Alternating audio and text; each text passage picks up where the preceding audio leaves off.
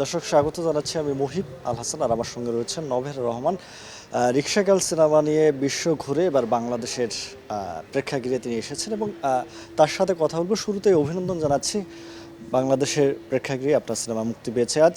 কেমন লাগছে, অনুভূতি কেমন? ধন্যবাদ। অনেক ওভারওয়েলমড, অনেক এক্সাইটেড আর একটু নার্ভাস। আপু, এই সিনেমাটি 2019 সালে কাজ শুরু হয় এবং এরপরে বিশ্বের 52টি শহরে প্রদর্শিত হয়েছে এবং শুরুতেই জানতে চাই, বাংলাদেশ এত বছর পরে কেন? প্রায় 3, 4, 5 বছর পরে হয়ে গেছে সিনেমাটি প্রদর্শিত হচ্ছে। এর আগে বিশ্বব্যাপী আপনি পরিচিতি পেয়েছেন এবং সেই সিনেমাটি প্রদর্শিত হচ্ছে বিভিন্ন ফেস্টিভ্যালে, যেখানটায় অনেক অর্জনও হয়েছে আপনার। সেই জায়গা থেকে একটু জানতে চাই অনুভূতি কেমন, এবং আজকে যে বাংলাদেশে সিনেমাটি মুক্তি পেল, দুইটার অনুভূতি আলাদা। মানে শুরুতেই বিদেশের অনুভূতিটা জানতে চাই। বিদেশের এক্সপিরিয়েন্সটা তো অনেক ভালো ছিল। আমরা নিউ ইয়র্কে আমরা প্রিমিয়ার করেছিলাম। নিউ ইয়র্কে ডায়াসপোরা কমিউনিটির কাছে, যাদের জন্য আসলে মুভিটা বানানো হয়েছিল, কারণ আমরা ইংলিশে ফিল্ম করেছিলাম পুরোটাই। তাদের কাছে প্রথমে নিয়ে যেতে পেরেছি এবং তাদের কাছ থেকে অনেক পজিটিভ আমরা রিয়াকশন পেয়েছিলাম। তারা একটু আলাদা করে ঢাকাকে আবার দেখতে পেরেছে, সেটা অনেক ভালো লেগেছে। আর এইবার বাংলাদেশে যেই ভার্জনটা আসছে, এটা তো আমরা বাংলায় ডাবিং করেছি। আম, এটা এটা রিয়াকশনটা আস্তে আস্তে দেখবো মানুষের কেমন লাগে। আসলে এটা এক্সপিরিয়েন্স আসলে ঠিক এক্সপ্লেন করার মতো না, এটা খুবই ওভারওয়েলমিং একটা ফিলিং। আর এটা তো আমার আর্ট এক ধরনের। আমি একটা চরিত্রকে বানিয়েছি অনেকদিন ধরে, তার মতো করে আমি নাইমা হয়ে বেঁচেছিলাম কয়েকদিন। তো এটা এখন মানুষ দেখবে, আম, এটা এক্সাইটিংও লাগে কিন্তু আবার অনেক ভয়ও লাগে, কারণ আমি তো আসলে অ্যাক্টর হিসেবে অনেক ভালনারেবল ছিলাম আর কি, নাইমা হিসেবে অনেক ভালনারেবল ছিলাম। আম, তো আসলে আস্তে আস্তে দেখবো রিয়াকশনটা কি হয়। চরিত্রটা ফুটিয়ে তুলতে অনেক চ্যালেঞ্জিং ছিল, যেহেতু রিক্সাকাল, এবং এটি নিয়ে অনেকদিন প্র্যাকটিসও করেছেন আমরা দেখেছি বিভিন্ন গণমাধ্যমে, এবং পাশাপাশি এটি প্রত্যন্ত অঞ্চলে শুটিংটা হয়েছিল।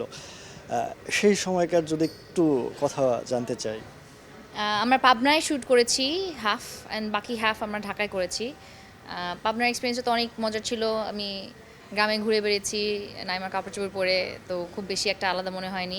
ঢাকায় আসার পরে কাজটা আরও অনেক বেশি কঠিন ছিল। অনেক সময় আমি জানতাম না যে আমার ক্যামেরা কোথায়, কারণ আমি আসল রিক্সায়, আসল ট্রাফিকে, আসল রিক্সাওয়ালাদের সাথে রিক্সা চালাচ্ছি। আমার আইডিয়াও নাই যে আমার ক্যামেরা কোথায় বা আমার টিম কোথায়। মানে আমাকে আমাকে ছেড়ে দেওয়া হয়েছিল একটা রিক্সা দিয়ে বেসিক্যালি। সো ওটা অনেক মজা ছিল। তখন কোনো একটা কারণে ভয় লাগেনি একেবারেই, কারণ ঢাকার মানুষ আমাকে খুবই যত্ন সহকারে আগলে নিয়েছিল। আপনি পর্দায় চলচ্চিত্রে আপনার জায়গাটা ধরে রাখতে পারবেন কিনা, আরও সামনে নতুন নতুন কাজ করতে করতে পারবেন কিনা, সেটি কতটা আশাবাদী এই সিনেমার মাধ্যমে?